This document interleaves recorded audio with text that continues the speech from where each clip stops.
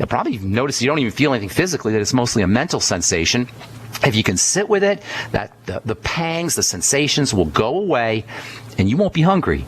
And you'll notice if you do it often enough that the weight is just dropping off, and that even fasting is real easy to do. As we'll talk about a little bit tomorrow before we get into continuing on cysteine and connective tissue, you actually feel better. You actually feel better when you don't eat. You actually feel better when you fast. And many people know, who've experienced fasting, know that when it comes time to eat again after a fast, there's almost like a sensation that you don't want to eat. You don't want to burden your body with food. And that really is a healthy state of affairs, when you feel like you don't want to eat, you don't want to burden your body with food. And you'll also find that when you do eat again, you have a tendency to eat peppers and cucumbers and vegetables rather than going and munching on processed food. And I guarantee you, after a good fast, a 1 or 2 day fast, the last thing you're ever going to want to do is eat a McDonald's hamburger. The last thing you're ever going to want to do is put fast food, garbage type food in your belly after it's been all clean. Your body's been all clean and pristine from a couple of days of fasting. Okay, let's see. We'll finish this up tomorrow. I've got a couple more things I want to tell you. I'll tell you why you don't want to eat breakfast. How you like that? Or at least you don't want to eat a big breakfast. That's one of the worst health strategies you could ever do, is sit and eat a huge Denny's type all-you-can-eat pancake breakfast. We'll tell you about that tomorrow as we continue talking about food and fasting and connective tissue and cysteine and skin on the bright side. We'll do that tomorrow. Welcome to the bright side, friends. We're talking a little bit about fasting. We're going to get into talking about cysteine and connective tissue. We'll definitely continue. There's a lot of things I want to tell you about cysteine. Cysteine is so amazing for hair, for skin, for detox. And it also has a downside. It also has a toxic side to it, and we'll talk about that. But I want to finish up on this idea of fasting for you guys doing Lent. I've been getting a bunch of emails about people wanting me to address fasting. So here's a couple more things I want to say about how you can use fasting for improving health, longevity, decreasing disease, decreasing inflammation, feeling better, losing weight, etc. One of the most important things about fasting we left off talking about on the program yesterday was the idea that fasting can strengthen insulin, potentize insulin. The notion of insulin resistance is really a big problem. As we get older, our body stops listening to insulin, but it doesn't stop listening to insulin. It doesn't stop listening to insulin evenly. It stops listening to insulin's effects on feeding cells. So as cells stop listening to insulin, they become less able to get nutrients, which means, of course, that they can't do their job as effectively. Essentially, they're starving. Insulin resistance will ultimately lead to cell starvation. Unfortunately, insulin's effects on fat cells continue. So even though cells stop listening to insulin's effects on feeding them, they still listen to insulin's effects on fattening them. So we get our cells, and ultimately us, end up being starved, but still being fat. We are the starving obese, and our cells are the starving obese, and this is largely because of this phenomena of insulin resistance. Doctors call all the things that are associated with insulin resistance metabolic syndrome, which basically means everything goes wrong in the body, and that indeed is what can happen when cells become starved secondary following insulin resistance. Just fasting 1 or 2 days, that's it, can help reset insulin sensitivity. Even caloric restriction, just eating less calories, or limiting our intake of fast-burning, highly caloric foods, breads and pastas and cereals, can really affect the sensitivity of insulin, can really improve the sensitivity of insulin. You can also use supplements to sensitize your insulin. This is where the Sweeties from Youngevity really excels. Chromium and vanadium, and zinc for that matter, are three really important minerals for sensitizing insulin. You'll get chromium and vanadium in the Sweeties product from Youngevity. The B vitamins can also improve insulin sensitivity, most especially thiamine and niacin, vitamins B1 and B3. Even alpha lipoic acid is really is a big-time insulin sensitizer. 400 milligrams of alpha lipoic acid a day can be a great way to sensitize your insulin. Alpha lipoic acid is also important for the liver. Alpha lipoic acid is one of the most important antioxidants in the body. Alpha lipoic acid is really interesting. It's got a water-soluble side to it, and it's got a fat-soluble side to it. In fact, alpha-lipoic acid is the only antioxidant that can affect the fatty components of the body, the cell membrane, for example, the nervous system, and it can also affect the water-soluble part of the body, the inside part of a cell, and that makes alpha-lipoic acid a super, mega important antioxidant and nutritional supplement, maybe 400 to 600 milligrams a day. It's especially important for folks dealing with liver problems, and it's especially important for folks dealing with insulin or blood sugar problems too. Elevated insulin will make it harder to lose weight. Remember, insulin's a cell-feeding hormone. Insulin feeds cells amino acids. It feeds cells fats. It feeds cells nutrients and vitamins and sugar, especially sugar. Insulin, it's one of insulin's main roles is to feed cells sugar. When cells get lots of sugar, they store it, and this is especially notable in the cells we call fat cells.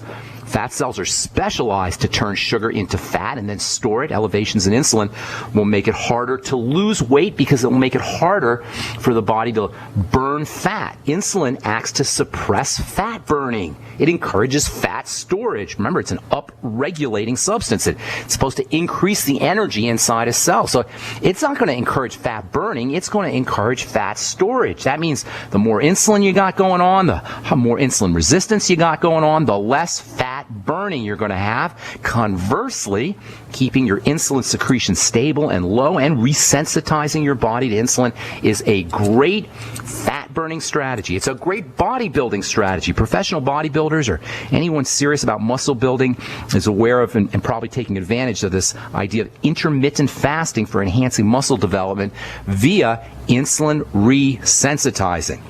There's also a genetic component to fasting, a genetic component to the bodybuilding effects of fasting. Not eating for an extended period of time, even for a day or two, turns on genes that build muscle.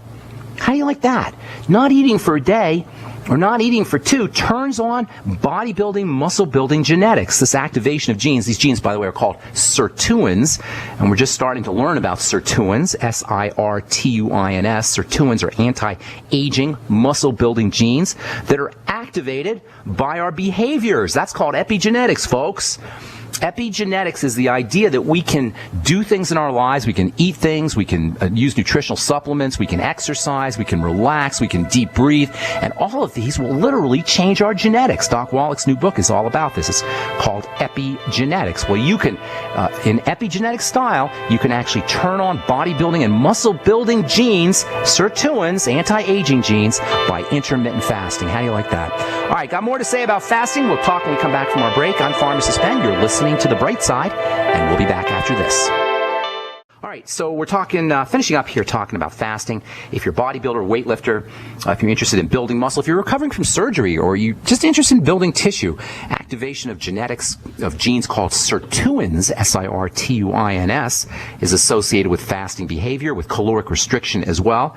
There's a genetic component to the anti-aging benefits of fasting, and indeed there are wonderful anti-aging benefits and longevity benefits and anti-inflammatory benefits. There's all kinds of benefits associated with fasting behavior, and a lot of these are based on epigenetic phenomena, on turning genes on and off. Remember, we got this idea in our culture that genes are some kind of master keys to how the body is built and how the body is developed, and we forget that genes turn on and off based on our behaviors, based on our environment, based on nutrition or lack thereof, and this epigenetic phenomenon can be tapped into by using fasting behaviors or caloric restriction.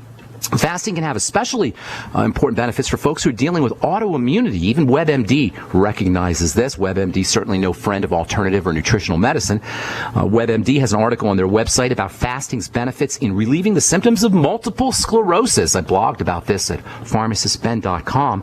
WebMD says that multiple sclerosis, which most of you know is an autoimmune disease of the nervous system, WebMD recommends fasting for improving the symptoms of MS. Pretty much all autoimmune diseases, autoimmune health issues will improve with fasting, and even just eating less, even just caloric restriction can help reduce symptomology, especially reducing calories from processed foods with little nutritional value. This is so important, you guys. If you follow the food pyramid, or you listen to your doctor, you listen to average dietitians, nobody's making a distinction between the calories you get from processed foods with no nutritional value and the calories you get from good foods. Simply cutting back on our intake of low nutritional density foods can make a huge difference for autoimmune diseases. On the other hand, using nutritionally dense foods and using easy to process foods, foods that are easy for the digestive system to work with, can have a positive effect on the same kind of autoimmune symptomology. Soups, smoothies, vegetable juices. Nutritionists call these kinds of foods low residue foods, and these low residue foods are quickly utilized by the body, quickly processed by the body. That's why I'm always recommending that you use liquid nutrition. This is why the Beyond Tangy Tangerine and BTT, Beyond Tangy Tangerine 2.0, are so effective nutritional supplemental products, because they're liquid. I know I say this probably almost every day on the bright side. I certainly say it in my presentations.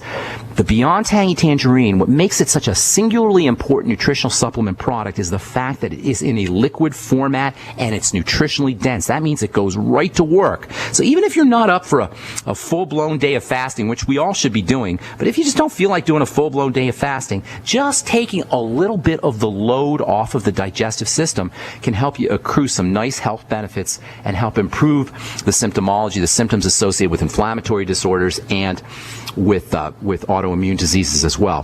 Hit your satiety buttons. Hit your satisfaction buttons. Combine salt and oil and veggies. This is one of the great secrets of dieting and appetite suppression, caloric restriction. Combining foods so that you hit your satiety or satisfaction centers. Salt is so important. Nothing will make you eat a lot of food more than trying to get on a low salt diet or a low fat diet.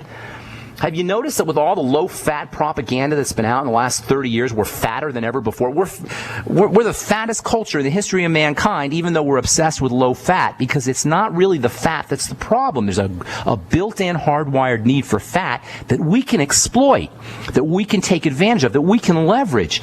By eating fat, you'll hit that satiety button, especially if you combine the fat with salt. Salt and oil go together really well, especially on top of vegetables. Try putting some salt on top of avocados. The fat in the avocados plus the salt not only will taste incredibly delicious, especially if you haven't had salt for a while, especially if you haven't had salt or oil for a while, but it's in addition to tasting incredibly delicious, it's very, very satisfying. Roast your veggies, roast your onions, roast your Brussels sprouts, or steam your broccoli. Steaming and roasting makes veggies taste sweeter, and it brightens the flavors as well. If you don't feel like roasting, use a steamer. Any kind of cooking.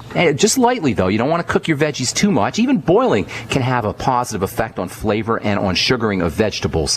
When you cook or roast or steam your vegetables, you're actually losing a little bit of water as you heat your vegetables, and the flavors become more concentrated. This is not as exaggerated in steaming as much as it is in roasting, but even steaming will get you a brighter flavor, or a brighter flavor spectrum, if you will, of your broccoli and your Brussels sprouts and your cucumber. And use lots of butter and use lots of coconut oil, and of course use lots of salt. Macadamia nut oil is also a good oil, or use a nutritional oil like hemp seed oil or flaxseed oil. More satiety means less willpower. You know, I'm not big on using willpower to control basic hardwired behaviors, which eating is. Eating is a hardwired behavior. We are driven, we are compelled to get food, especially specific kinds of food like sugar.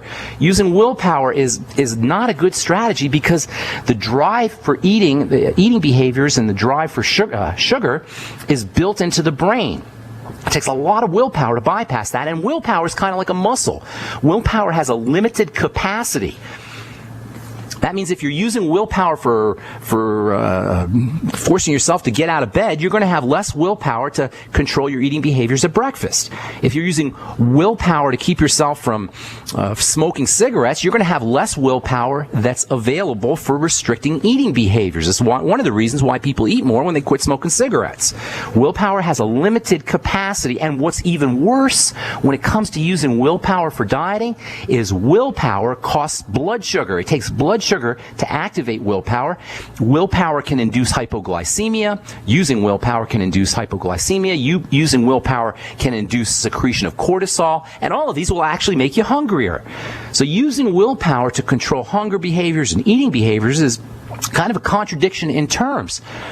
Using willpower to control eating behavior will cost you blood sugar, which will make you even more hungry. So it's not really an effective strategy to use willpower to control eating behavior. Try to hit your satiety centers using salt, using oils, using veggies, even just salt water. Even just salt in water can help hit your satiety center. Even just a spoonful of Udo's blend, or a good essential fatty acid oil, or coconut oil, or a little bit of butter with some salt on it. Just that alone can help activate satiety centers. Fasting is also a great detox strategy. Taking a few days off from food can give the detox system a chance, an opportunity to catch up. In fact, in my opinion, fasting is a way, way better detox than any herbal detox formula. Herbal detox formula, potentially anyway, just add to the work that the body has to do. Herbs and medicinal compounds have to be processed. They're not as toxic as drugs, but they're still, in essence, medicines, which are by definition toxins. And if you're trying to detox, it sure doesn't make any sense to add toxins to your body to detox, now does it? All right, I'm Pharmacist Ben.